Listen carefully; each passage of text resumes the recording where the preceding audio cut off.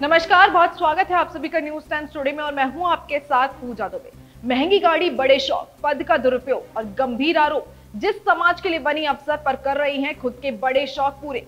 करोड़ों की संपत्ति होने के बाद भी विकलांगता और ओबीसी सर्टिफिकेट का किया दुरुपयोग। चलिए बताते हैं आपको प्रोबेशनरी आईएएस अधिकारी पूजा खेड़कर का पूरा खेल, जो अपनी मनमानी की वजह से इन दिनों है सुर्खियों में। पूजा खेड़कर 2023 बैच की आईएएस अधिकारी है। 34 साल की पूजा यूपीएससी 2022 की परीक्षा पास कर आईएएस अधिकारी बनी है। उन्होंने यूपीएससी की परीक्षा के लिए मानव विज्ञान को अपना विषय चुना था। पूजा खेड़कर को यूपीएससी 2022 में ऑल इंडिया रैंक 821 मिली थी। महाराष्ट्र के अहमदनगर जिले के पाथड़ी की रहने वाली पूजा ने मेडिकल की पढ़ाई की है। पूजा के पिता दिलीप खेड़कर भी प्रशासनिक अधिकारी रह चुके हैं। दिलीप महाराष्ट्र प्रदूषण विभाग के आयुक्त रहे हैं। उन्होंने 2024 के लोकसभा चुनाव में अपनी किस्मत भी आजमाई थी। पूजा की मां सरपंच है।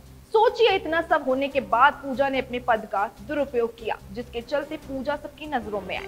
आपको बता दें, पूजा पर पुणे में बतौर प्रोबेशन आईएएस अधिकारी रहते हुए अधिकारों के दुरुपयोग का आरोप लगा है। साथ ही पूजा ने अपनी नियुक्ति के बाद ही तरह तरह की सुविधाएं मांगनी शुरू कर दी थी, जो प्रशिक्षु अधिकारियों को नहीं मिलती है। इतना ही नहीं, पूजा ने अपनी निजी ऑडी कार पर लाल नीली बत्ती लगा दी।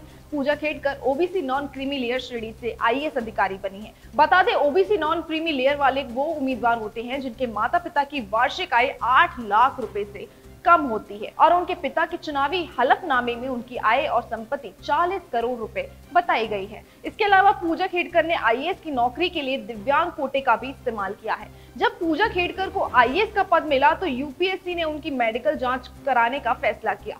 पूजा ने 6 बार मेडिकल जांच में शामिल होने से इनकार कर दिया। पूजा ने आईएएस के लिए कैसे क्वालिफाई किया, ये बहुत बड़ा सवाल है। पूजा के पिता दिलीप खेड़कर, जो खुद एक रिटायर्ड आईएएस अधिकारी हैं, उन्होंने इस मामले में बेटी का बचाव करते हुए अपना पक्ष रखा है और कहा है, मेरी बेटी ने कोई गलती नहीं की है। एक महिला ने बैठने के लिए स्पेस मांगकर कोई गलती नहीं की है। हमारी बेटी को परेशान किया जा रहा है, कोई ये सब कुछ जानबूझकर कर रहा है। कलेक्शन में गड़बड़ी हुई है, एजेंसी में गड़बड़ है या कोई बड़ा हाथ शामिल है, इसकी जांच सही तरीके से होनी चाहिए। अब मामला पूजा खेड़कर, उनकी मां मनोरमा खेड़कर और पूजा के पिता दिलीप खेड़कर के दायरे से आगे निकल चुका है। अब इसकी जांच केंद्र सरकार की ओर से अपर सचिव स्तर के एक वरिष्ठ अधिकारी कर रहे हैं, जो 2 हफ्ते में अपनी रिपोर्ट देंगे। अगर रिपोर्ट में पूजा के खिलाफ ये आरोप सही पाए जाते हैं तो फिर पूजा के खिलाफ भारतीय न्याय संहिता की धारा 318, धारा 336 और धारा 340 के तहत केस भी दर्ज हो सकता है। ये धाराएं धोखाधड़ी, जाली दस्तावेज और जालसाजी से जुड़े हुए हैं, जिसमें दोषी पाए जाने पर पूजा को उम्र कैद तक की सजा हो सकती है।